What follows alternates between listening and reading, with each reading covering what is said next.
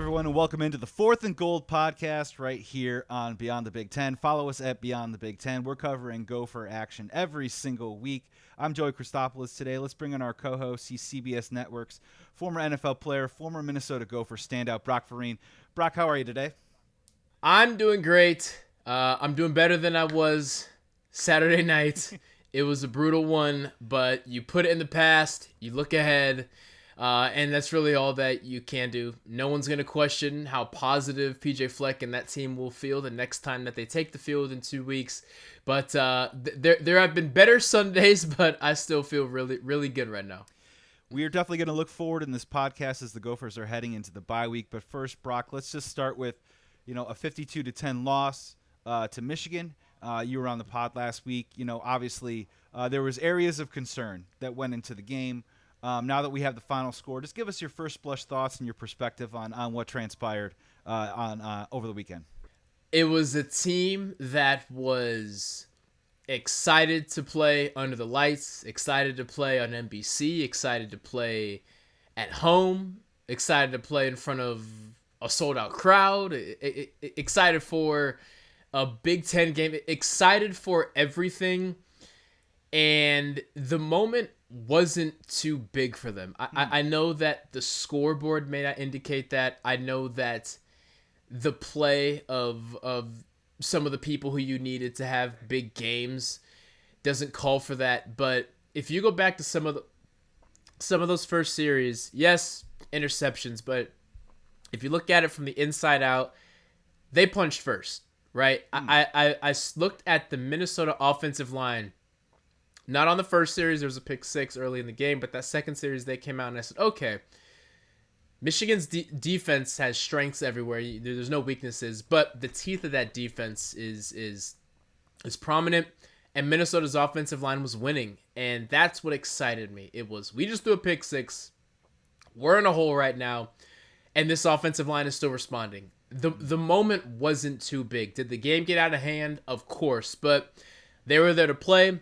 They played hard at a lot of positions, but as the scoreboard indicates, they fell short at a lot of places as well. I'm so glad that you brought that up, though, Brock, because I think your perspective right here is so valuable in the sense of trying to ask yourself a question of, you take a 52-10 loss, and then how do you move forward, right? How do you find the optimism? So if you could just kind of break it down a little bit. Let's just stay in that place for right now before we get to areas of concern and how to improve. When there is a game like this, there is some teach tape, right? There is some technique, obviously on the defensive side of the ball. You had mentioned on pre-pod, you saw some missed tackles out there on the field. So talk a little bit about, as they head into the bye week, you take a tough loss, but did you see enough teach tape on there to give you some optimism that they can kind of drill in, correct some of these things, and improve moving forward? 100%. I would say that the tackling was boom or bust. It was either a safety coming downhill, smacking Blake Corum, and you saying, oh, okay, who was that? Darius Green, all right. Or it was, oh, man, J.J. McCarthy just broke 3 tackles again and scored, right? Both of the J.J. McCarthy, I think it was the first and third touchdown. No, sorry, it was the second and third touchdowns of the game, I believe, where J.J. McCarthy runs. And in both cases, one guy had him wrapped up in the backfield. They missed. A second guy had an opportunity, and he missed. I believe he broke 2 tackles on both of those plays. And in games like this, you have to take advantage of those opportunities. It was... The defense may not have been... As far as this year's performance, it hasn't been what a Joe Rossi defense has been historically, top 10 in really every stat. The interceptions have been there this year, of course. But it's the fundamental things. It's guys not in gaps that they should be, and it's missed tackles. It's miscommunication on the back end, letting guys run free. It's the little things, and it's signs of youth. This team is young in a lot of places. This team is going to be really good in the future. But like PJ Fleck says, nobody cares about that because they care about right now. Youth is never an excuse for missed tackles, though. Youth can be an excuse for miscommunication. It's not a good one, but you can understand guys playing in situations that they haven't been in. Youth can be an excuse for, hey, that guy was just better than me on this play. That happens. That's fine. It happens. Youth is never an excuse for missed tackles, I say, because you've been tackling ever since you were 7 years old and your dad handed you your first helmet for your first tackle practice, right? So the missed tackles are concerning. That is probably the number one thing that I would say in regards to teach tape. And when we're going on the offensive side of the ball, I just want to get your perspective on Calic Manis. The box score isn't pretty. 5 of 15, 52 yards, touchdown, 2 interceptions.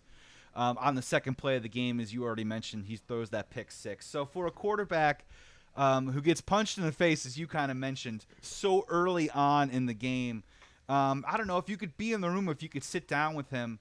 He's got 2 weeks now to kind of shake it off. What is your what is the pep talk? What are you telling him moving forward? Because, as you said, this team still can improve, still can compete, and there's plenty of room of growth. So after you take a bad loss like that, play a bad game, what do you tell Calic Manis? It's twofold, Joey, because on one hand, he is still making mistakes and errors that you would expect week 1 and week 2, right? That first pick 6 was absolutely brutal. It was clear what the coverage was. They disguised it a little bit, but it's just not a throw that any quarterback at the D1 level should be attempting to make. But at the same time, hindsight is 2020. Let me preface with that. But I look back at games like Eastern Michigan, and I wonder, those are the games where you want him to make those mistakes, right? Why run the ball 50-something times when you have a quarterback who you're going to need to develop, because there's going to be Big Ten games that you're not going to be able to run the ball as well, right? Again, hindsight's 2020. It's so easy for me to talk about a game a month and a half ago, but I struggle to believe that if he didn't make those mistakes earlier, he would be more polished now. He comes out against Nebraska, and I love what they did. Hey, we're not running it too well. Let's just let the young guy go out there and chuck it 45 times. And he made some bad throws, but you know what happened at the end of the game? He made some incredible throws. And that, I feel, should have been a microcosm of the season. You don't have to throw it 45 times every game, but yeah, you should feel comfortable saying we're going to beat Eastern Michigan. We're not losing to this team one way or another. So yeah, let's prove that the run game can get going, because it wasn't against Nebraska. But let's let the young guy go out there and chuck it and make mistakes. And how PJ Fleck runs the team, it is disciplined, it is airtight, it is mistake-free. So I understand that goes against the philosophy that he has there, but at the end of the day, in the Big Ten, if you have a young guy in a prominent position, he's going to make countless errors early on. And I feel that by being so run dominant and then all of a sudden facing a team that you're not going to run it great against, although they ran in the first half better than I thought they would. But there's also Ohio State's, there's Wisconsin's, there's Iowa's, there's teams that historically don't let you run the ball against them. And I fear that he is making mistakes now, him being Ethan, that he should have made earlier in the year. Let's get your finger on the pulse of it, because now we can call it good timing or bad timing. I'd love to hear your thoughts on it. They enter a bye week now. When you talk about running the rock, we all know that Darius Taylor, again, missed another week of football. Hopefully the bye week gives him an opportunity to come back and play. Now, look, you brought up a great point that I think Zach Evans and Bryce Williams have been admirable, right? I think they've done a pretty decent job. But when we're talking about helping Calic Manis, I think you'd like to have Darius Taylor in the backfield. So as we move into the bye week, I don't know, on a scale of 1 to 10, right? We've got the injury there, but other injuries racked up in this game moving forward into a bye week. Is this a good time or is this a bad time for injuries to creep up? I know you have time to heal, but this also seems like a time when this group needs to come together on both sides of the ball to correct some of these mistakes and to move forward with some consistency. So is the bye week a good time or a bad time right now for Minnesota? Joe, that's such a great question, because I feel if you ask 10 different coaches or 10 different players, you might get 20 different answers. And I always hated the bye week after two things. After a big win or after a big loss. After a big win, I want to play somebody Play again. tomorrow. We need Let's to keep play this thing tomorrow. going. Yeah. Exactly. I want to handpick who is our toughest opponent. I want them in 6 days, right? Also after a big loss, because, and this is probably where a lot of players and coaches will differ the most, because there's two ways of thinking, and every team's chemistry is different by the people in the locker room. We just had a big loss. We need to forget about football for a little bit. We're still going to run. We're still going to watch film, but let's put the pads down for a little bit. Let's recalibrate. I'm probably going to have 2 or 3 days off. Let me go see grandma this weekend. You know, like some people think that way.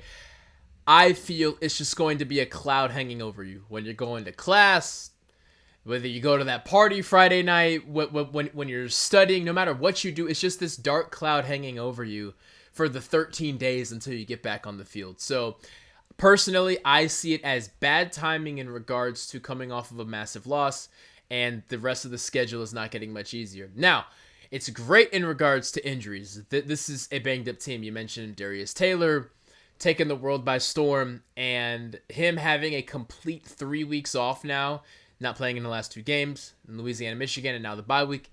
Great. But it kind of just starts there. Cody Lindenberg, who we have not seen at all this season. They call him the best player on that defense, a defense with Tyler Nubin. So yeah, you better believe they're excited to get him back there. He had a bad hamstring injury, and in camp, we have not seen him yet this season. Maverick Baranowski, who has done an incredible job filling in for him. There were a couple times that game he got up a little hobbled, and I feel if there was someone behind him, if there was some more linebacker depth, they would have taken him off the field. I struggle to believe he's anywhere near 100%. That is also great timing. Chris Ottman-Bell, who he has technically started games. He doesn't have a target because I believe they just wanted to give him that start for starter's sake. But he did not play against Louisiana, and we have yet to see him. There are a lot of bodies that are banged and bruised. Any offensive or defensive lineman, after the first series of week 1, you're not healthy anymore. You are just fighting to stay above 90% health so they can use it. So from a health standpoint, fantastic timing. From a momentum standpoint, awful timing. Final one for you here, Brock Vereen.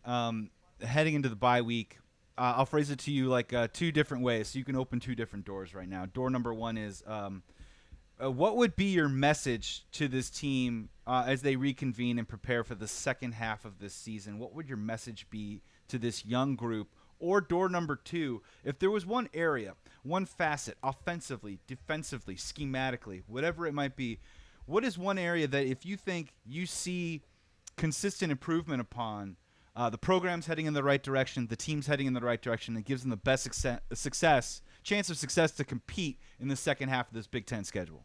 I am starting to fall in love with this DB room. They are the stats don't show it, and there are big plays given up, but I love that they're doing the things that you normally have to hide, have to question. Point being, Darius Green, young guy, love watching him play. Even when he gets beat, he's in the right place. He just didn't make the play, right? It's not a situation where he's crazy outmatched, where he doesn't know what's going on. He's in the right place. It's just time and reps, and he's a guy next year who I expect to be all Big Ten, all everything. He had a hit on Blake Corum. That's the hardest I've seen Blake Corum get hit this year, right? Those are things that a young safety, you try to hide him schematically so that he doesn't have to meet Blake Corum in the hole and they both have 10 yards of speed. And Darius won that contact, right? Like that. Those things excite me. Craig McDonald, who we saw for the first time because he was buried behind Jack Henderson, another guy who we hope gets healthy. We saw him leave the game, and he is such a focal point of that defense. But the silver lining was Craig finally got in. Craig was waiting on NCAA waivers. He was a transfer from Oklahoma State, and finally he got to play. So he finally got cleared against Louisiana, but he's behind Jack Henderson. So whatever happens with the health situation, I hope they find a way to get them both on the field because they have 2 studs back there. You obviously have Tyler Nubin still working his way to maybe be a first-round pick. And you have Justin Wally, who has not quite been himself this year. If you look at the trajectory he's been on as a true freshman, you would think, okay, he's leaving as a junior. I don't know if that's the case anymore. Selfishly, I want him to come back because I am over the moon on not where this DB room is at currently, but the trajectory that they are on, and excited to see them finish strong. Any message for the audience or our fans? Look, no one likes to lose 52-10, Brock. It's not a great feeling. Mm-hmm. And so maybe for the fans out there heading into the bye week, do you have any suggestions? Is there like some me time? Like go to the spa, treat yourself to a nice afternoon. Is there a book that maybe we could read? I know that they're running during the NFL these Zen commercials. Have you noticed that during the NFL? Yeah, they're they are. These 45-second Zen commercials, and I'm just like picturing other fans on the brink of a mental breakdown, maybe a couple of alcoholic beverages deep, being like trying to plenty of any message to the fans, after a 52-10 loss. It's never easy, but they probably need to pick me up right now. I would say fall is right around the corner, so if you live in the Midwest, you love the fall because that's probably the best time of year around there. Get outside, take a walk, because in about 3 weeks it's going to be too cold to do that. It's the perfect window right now. Trees are turning orange. A lot of apple cider flavored things. Get you an apple cider flavored donut and a coffee. Yes. Go for a nice brisk walk. The breeze in your face. It's gonna be perfect. Scarf season. Any woman football fan, any guy football fan, you have your favorite jacket, your favorite boots, your favorite scarf. It's time to bust those out.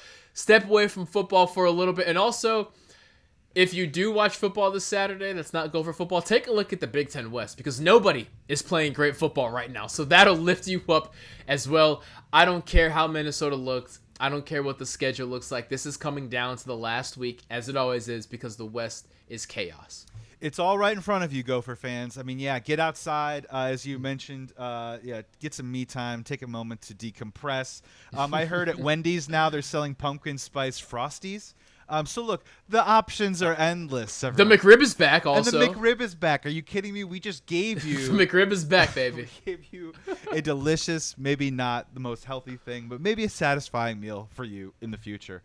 Thank you so much for tuning in to Fourth and Gold right here at Beyond the Big Ten. Beyond the Big Ten, we go beyond the game every single week. With all of our fantastic roster of athletes giving their perspectives, taking you inside the locker room. Follow us at Beyond the Big Ten. I'm Joey Christopoulos. My man, former NFL player, former Minnesota Gopher star, Brock Vereen. Thank you so much for joining, man. Be well. Have a great week.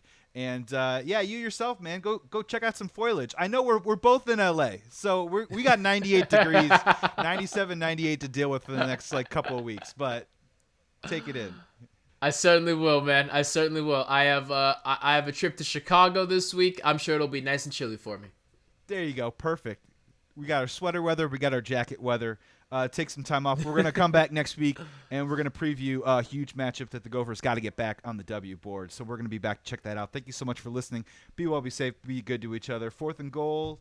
Go for it.